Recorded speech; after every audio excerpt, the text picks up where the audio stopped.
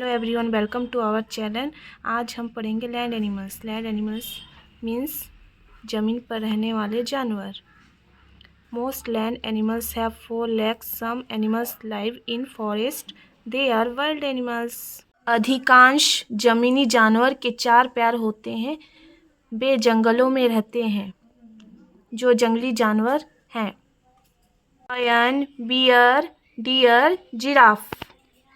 Birds are also animals. They have feathers. Most birds can fly. They have 2 wings. The wings help them to fly. Birds have 2 legs to walk, climb, and run. They have a beak to eat with.